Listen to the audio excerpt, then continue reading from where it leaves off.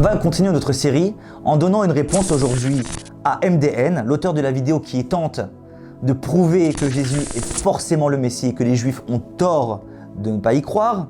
Il va tenter de nous prouver à travers les textes que l'histoire de Abraham était une annonce de Jésus. Premièrement, loin dans l'histoire, à partir d'Abraham, la promesse du Messie a été donnée. Dieu n'a pas révélé son nom à Abraham. Par contre, il lui a fait des promesses en disant que sa descendance serait comblée de bénédictions. Et saint Paul fait l'exégèse de ça en disant, il ne dit pas ses descendants, il dit sa descendance. On parle du Messie. Et tous les commentaires des Juifs sont d'accord. C'est le Messie qui a été promis à Abraham et nous, on est la descendance du Messie. Et la descendance d'Abraham aussi. La définition d'une descendance, c'est l'ensemble des descendants de quelqu'un. Le fait que la Bible se soit exprimée au singulier ne veut pas dire qu'on parle d'une seule personne, en l'occurrence le Messie. Aucun des commentateurs juifs classiques ne soutient cette théorie. On ne comprend donc pas pourquoi MDN affirme le contraire. C'est de la pure invention. Ce n'est pas important pour notre sujet, pour la preuve, mais on se doit de dire la vérité. Donc continuons, écoutons-le. À un moment, Jésus dit, Abraham a été dans la joie, il a vu mon jour. Alors les Juifs lui disent, mais enfin t'as pas 50 ans et t'as vu Abraham, qu'est-ce que c'est que cette histoire? En fait, il faut que vous alliez voir dans le chapitre 18 de la Genèse, il y a Abraham qui reçoit la visite de 3 hommes et il les appelle mon Seigneur. Le Talmud dit Kadosh, ça veut dire le Saint, Dieu. Et dans ce passage, sur un grand nombre de versets, il y a une alternance sans cesse du singulier et du pluriel. Il parle à mon Seigneur, il adore le Seigneur, mais il y en a 3 qui répondent, ou il lave les pieds des 3, il y en a un qui répond. Enfin, c'est une alternance, un mélange permanent de pluriel et de singulier. Et les Juifs sont bien dans l'embarras pour expliquer tout ça. Voilà la rencontre d'Abraham avec le mystère de Jésus. Concernant Abraham et les 3 personnes qu'il reçoit, regardons de plus près de quoi ça parle. Après avoir fait la circoncision, Abraham reçut la visite de 3 personnes, comme le texte le dit. Mais nous savons qu'ils étaient des anges envoyés de Dieu afin d'annoncer à Abraham certaines choses que nous allons voir par la suite. Déjà, concernant le mot Monseigneur, écrit dans le texte, MDN dit quoi?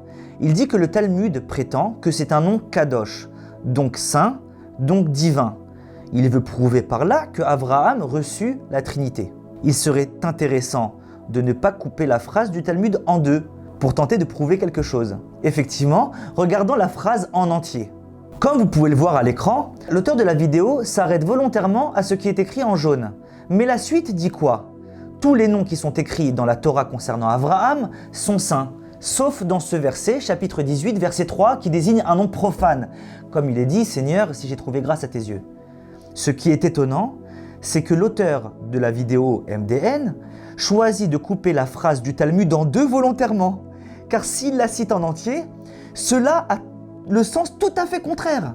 Pour le Talmud, il est clair que ces personnes sont des anges et non Dieu. Il n'y a donc aucun moyen de comprendre cela autrement, à travers le Talmud. De couper un texte en notant un passage volontairement pour tromper son monde, c'est de la pure falsification. Pourquoi il y a une variation constante de singulier pluriel dans ce passage concernant ces 3 personnes dans la Torah? La réponse est simple et connue de toute personne qui sait lire un texte de la Torah. Hachem envoie 3 anges à Abraham, Raphaël, Gabriel et Michaël, chacun ayant une mission différente. Raphaël, guérisseur de Dieu, comme son nom l'indique, vient pour guérir Abraham suite à la circoncision qu'il vient d'opérer. Gabriel vient annoncer à Sarah qu'elle va enfanter, et Michaël vient annoncer que Dieu va détruire Sodome. Donc, 3 anges, 3 annonces. 3 missions différentes. Un ange ne vient que pour une mission. Donc là, ils sont 3, mais chacun s'adresse au singulier à Abraham concernant sa mission à lui. Et lui répond aussi parfois aux 3 ensemble, et parfois à l'ange au sujet de sa mission. Et la suite, elle dit quoi? Regardons la Genèse chapitre 18, verset 22. Ces hommes, Anachim, il est écrit Anachim, donc ces hommes, évidemment pas ces dieux, quittèrent ce lieu et s'acheminent vers Sédom.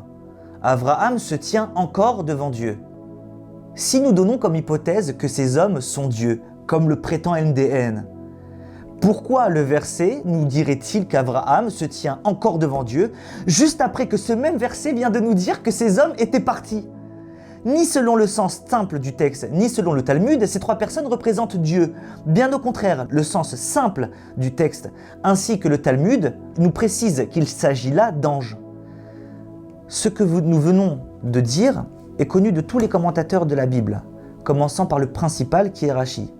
Comment l'auteur de la vidéo se permet de dire que les Juifs sont dans l'embarras pour expliquer cela et pour expliquer ce texte de la Torah et ils ne savent pas quoi répondre à ça, alors que l'explication est tellement simple, rentre de manière tellement parfaite dans le texte et contexte, alors que la sienne est complètement fantaisiste et ne rentre pas du tout dans le texte. De dire que l'on parle de la Trinité dans ces versets, c'est juste incroyable. Après Abraham, il y a Isaac. Alors Isaac, c'est le fils unique d'Abraham, et vous savez qu'à un moment, Abraham comprend qu'il doit le sacrifier.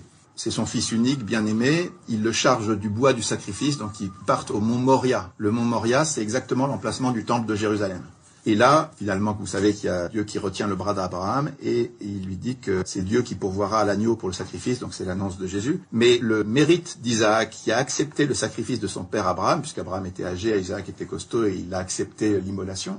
Ce que nous dit Paul Drax, c'est qu'il est extrêmement reconnu dans la synagogue ancienne, qui prie au nom et par les mérites d'Isaac. Évidemment, ce que fait Abraham, c'est le même acte que fera Dieu le Père en acceptant le sacrifice de son fils, qui porte le bois de la croix et qui va au mont Moria, enfin au même endroit, dans les mêmes conditions. Et Dieu est tellement fasciné de voir qu'Abraham a accepté ça, qu'il le comble de bénédictions, il lui dit « ta descendance sera comme les étoiles du ciel » et tout ça. Alors déjà, Isaac n'était pas le fils unique d'Abraham. Okay, comme tout le monde le sait, Abraham eut Ishmaël 13 ans auparavant. Donc pourquoi MDN dit Isaac fut le fils unique d'Abraham? En fait, il dit ça parce que Jésus est appelé le fils unique de Dieu. Donc comme il fait maintenant dans ce passage de la vidéo un rapport entre Isaac et Jésus, donc c'est pour ça qu'il veut dire qu'il commence en disant que Isaac était le fils unique de Abraham. Passons. De plus, MDN dit plusieurs choses dans ce passage. Regardons point par point. Il dit que Dieu retient le bras d'Abraham et qu'il pourvoira à l'agneau pour sacrifice, et c'est l'annonce de Jésus. Voici les versets tels qu'ils sont écrits. Chapitre 22, versets 7 et 8, Isaac, s'adressant à son père Abraham, dit « Mon père », il répondit « Me voici, mon fils ». Il reprit « Voici le feu, le bois, mais où est l'agneau de l'Holocauste » Abraham répondit donc à son fils « Dieu choisira lui-même l'agneau de l'Holocauste, mon fils ». Et ils allèrent tous deux ensemble. Il s'agit d'une discussion entre Abraham et son fils Isaac, quand ils sont en chemin pour arriver au mont Moria. Donc c'est Abraham qui parle à son fils, et non Dieu qui parle à Isaac, comme le prétend MDN, ou qui parle à Abraham, comme le prétend MDN. Aucun rapport avec une annonce divine de Jésus. C'est une discussion entre Abraham et Yitzhak, il n'y a aucune annonce divine de Jésus dans ce passage-là. MDN dit ensuite que les bénédictions viennent grâce au mérite de Isaac. Et c'est pour ça qu'il est extrêmement reconnu dans la synagogue, parce qu'il a accepté le sacrifice divin. Or, voyons ce que disent les versets. À nouveau, chapitre 22, versets 15, 16 et 17.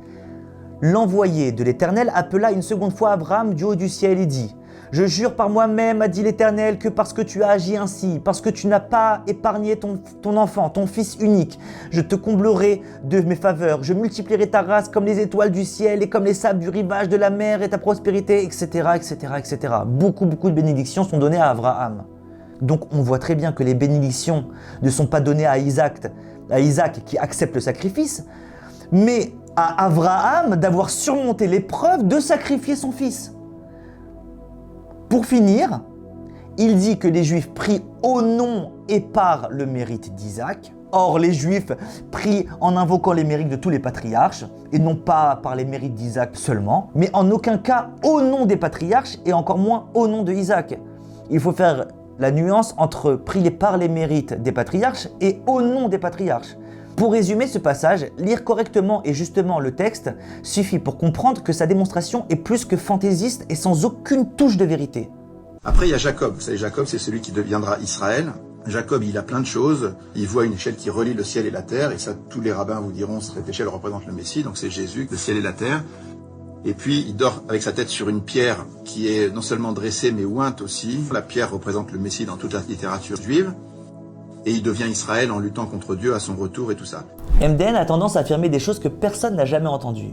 Il faut comprendre que la Torah est divine, ce qui est divin est infini. Les explications de chaque verset de la Torah a une infinité d'explications, ce que l'être humain ne peut pas percevoir, car il est limité. On peut toujours trouver certaines sources ou explications disant que la pierre ou que l'échelle de Jacob représente le Messie. Sauf que dans notre cas présent, l'auteur dit que la pierre de Jacob représente le Messie dans toute la tradition juive, ce qui est encore une fois une fausse affirmation. Effectivement, après de longues recherches, on n'a pas trouvé la moindre source faisant ce parallèle. MDN ramène à l'écran plusieurs versets parlant du rocher que nous allons voir un par un. Chez Jacob, la pierre est dite Even. La traduction de la pierre, c'est Even. Oui, c'est la pierre fondatrice du monde. Sur cette pierre, en ce lieu seront bâtis les 2 temples. Le rocher de Moïse, qui est appelé Séla et non Even, comme chez Jacob, est écrit dans les Nombres chapitre 20, verset 11. Je cite, « Et Moïse leva la main et il frappa le rocher de sa verge par 2 fois, pour en sortir de l'eau en abondance et la communauté et ses bêtes en burent. » Quel rapport avec le Messie? Pourquoi il ramène ce verset? Pour nous, ça reste un grand mystère de ramener ce verset pour prouver que l'on parle du Messie. On continue avec le 2e verset à l'écran, la pierre rejetée par les bâtisseurs dans les psaumes chapitre 118 verset 22. Je cite, « La pierre qu'ont dédaignée les architectes est devenue la plus précieuse des pierres d'angle. » Nous trouvons des explications qui désignent cette pierre comme le peuple d'Israël dans la quasi-totalité des commentateurs. Rachi, dans un autre endroit dans Michée, dit que cela représente David qui est le descendant du Messie. Donc ici non plus, dire que toute la tradition juive interprète cette pierre étant le Messie est une fabulation des chrétiens. Voyons le 3e verset écrit à l'écran dans Daniel chapitre 2, verset 34. On parle de la pierre qui détruit la statue dans le rêve de Nabuchodonosor. On pourrait effectivement voir en cette pierre le Messie comme une image sympathique. Mais encore une fois, aucun rabbin n'explique cela. Aucun rabbin n'explique comme cela. Donc, affirmer que toute la tradition juive voit en ces pierres une image du Messie est un mensonge. Et on finit avec toutes les fois où il est écrit le mot rocher dans les psaumes que MDN met à son écran. Effectivement, Dieu est dit rocher dans les psaumes. Le roi David désigne Dieu comme étant son rocher sur lequel il s'appuie. Nous avons du mal à comprendre où veut en venir MDN. Il prend des textes parlant de pierre et de rocher, de cailloux, une fois pour dire que cela désigne le Messie, alors que c'est faux, et parfois pour dire que cela représente Dieu. Il voulait peut-être prouver de là que le Messie est appelé rocher ou pierre dans certains endroits, de la même manière que le roi David appelle Dieu dans les psaumes. Et donc ce serait une des preuves que le Messie est Dieu. Mais son parallèle est illogique, incohérent et mensonger. Alors pourquoi illogique? Car certains versets parlent de rochers, d'autres de cailloux, d'autres de pierres. En hébreu, ça donne Séla, Even, Tsour. Aucun lien entre ces termes. Aucun. Pourquoi incohérent? Car Dieu est un rocher sur lequel on se repose, de la même manière que le peuple d'Israël peut être un rocher sur lequel se reposent les nations. De la même manière qu'une mère peut être la pierre fondatrice dans sa maison. Tout ça, ce sont des belles images, rien d'autre. Et pourquoi mensonger? Car le Messie n'est comparé à une pierre ou à un rocher dans aucun des textes cités. C'est un mensonge tout simplement. C'est un pur mensonge. On continue avec la suite. Et il devient Israël en luttant contre Dieu à son retour et tout ça. MDN dit que Jacob est devenu Israël en luttant contre Dieu. Alors, ça ne change pas grand-chose aux preuves concernant Jésus, mais la vérité est assez importante pour qu'on s'y arrête. Dans la Genèse, chapitre 32, du verset 25 à 29, il est écrit que Jacob, étant resté seul, un homme lutta avec lui jusqu'au lever de l'aube. Dieu lui dit, je cite, « Jacob ne sera plus désormais ton nom, mais bien Israël, car tu as lutté contre des puissances célestes et tu es resté fort. » Il lutta contre un homme qui est appelé par la suite Elohim, ce qui veut dire une puissance, comme on l'a déjà vu dans nos précédentes vidéos. Donc Jacob n'a pas combattu Dieu, à Dieu ne plaise, mais a combattu une force céleste, que cela soit bien clair. On continue, et écoutez bien ce passage, car il représente une des plus grandes preuves des chrétiens que Jésus est forcément le Messie. Comme MDN le dira dans les prochaines vidéos, vers la fin, il reprendra les plus grandes preuves qui prouvent que Jésus est forcément le Messie, et la première, c'est celle-là. Donc écoutez bien ce passage, il est très important. Mais ce qui est très important, c'est qu'il fait la première prophétie sur la date de la venue du Messie. Il réunit avant sa mort ses 12 enfants, en disant que le sceptre ne s'éloignera pas de Juda, ni le bâton de chef d'entre ses pieds, jusqu'à ce que le skilo, c'est-à-dire le Messie, vienne et que les peuples lui obéissent. Donc là, on a quelque chose de très précis. Vous vous rappelez la frise chronologique. Il dit que le sceptre ne s'éloignera pas de Juda. Vous avez vu qu'il y a les princes de Juda règnent sur Israël avec David et tout ça. À un moment, il y a un exil. Et là, pendant l'exil, il y a ce qu'on appelle les princes ekmalotarques, c'est les princes que les Juifs se donnaient à eux-mêmes pour continuer à être guidés par des princes de Juda, même s'ils étaient sous la domination des Babyloniens. Et ensuite, quand ils reviennent, il y a encore ce système qui fonctionne jusqu'au moment où il y a la destruction du temple. Et à partir de là, tout le monde est dispersé. Et aujourd'hui, aucun Juif ne sait s'il est de la tribu de Juda ou pas. Les Juifs savent encore s'ils sont de la tribu de Lévi, parce qu'il y en a beaucoup qui portent le nom de Lévi. Mais de la tribu de Juda, personne ne le sait. Donc, la destruction du temple détruit toutes les généalogies et empêche le suivi qui pourrait permettre que cette prophétie soit accomplie. Il fallait que le Messie vienne avant. Voilà. Faisons le point. Dans toute la tradition juive, effectivement, nous savons que le Messie sera un descendant de la lignée de Juda, comme on peut le voir dans Jérémie, chapitre 23, verset 5, chapitre 33, versets 15 et 17, le chapitre 11 de Isaïe, tout le chapitre 11 d'Isaïe, et dans encore beaucoup d'autres endroits. MDN affirme quelque chose de complètement invraisemblable ici. Il affirme que du fait que nous les hommes, on n'a plus aujourd'hui le suivi de la généalogie pour savoir qui vient de Juda, cela empêche la réalisation de cette prophétie. Mais c'est impensable, il faut juste y réfléchir 2 secondes. Il laisse entendre que la prophétie ne peut se réaliser que si nous les hommes pouvons savoir que cette prophétie se réalise. 2 choses. Premièrement, ce n'est pas parce que nous, les hommes, nous ne savons pas qui est de Juda et qui ne l'est pas, que cela empêcherait que le Messie descende quand même de Juda. Car Dieu, lui, le sait. Et deuxièmement, écoutez bien, c'est très très fort. Nous avons une prophétie très claire sur la fin des temps dans Ezra, chapitre 2, versets 62-63. Il est écrit là-bas, je cite, « Ceux-là recherchèrent leur table de généalogie, mais elles ne purent être trouvées, etc. etc.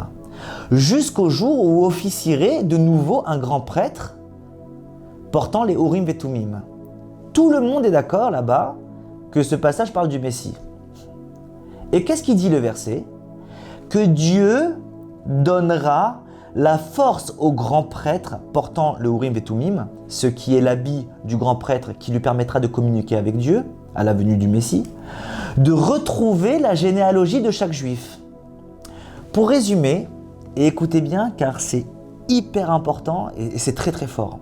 Non seulement la destruction des généalogies n'empêche pas que la prophétie de Jacob se réalise, mais au contraire, de dire que le Messie serait venu avant la destruction des généalogies empêche que la prophétie dans Ezra se réalise, où il est dit clairement que lorsque le Messie viendra, le prêtre retrouvera les généalogies de tous les Juifs, à savoir qui appartient à quelle tribu. Donc forcément, le Messie devra obligatoirement venir après la destruction des généalogies, pour que se réalisent les 2 prophéties, celle de Jacob et celle de Ezra. Car sinon, celle de Ezra est irréalisable, vu que les généalogies des Juifs n'ont pas encore été détruites. Et donc quoi? Et donc il est impossible que Jésus, qui est venu avant la destruction des généalogies, soit le Messie. En bref, les chrétiens apportent ce passage pour prouver que Jésus est forcément le Messie, alors que ce même passage prouve exactement le contraire, qu'il n'y a aucune possibilité qu'il le soit. C'est quand même extraordinaire tout ça. Voilà.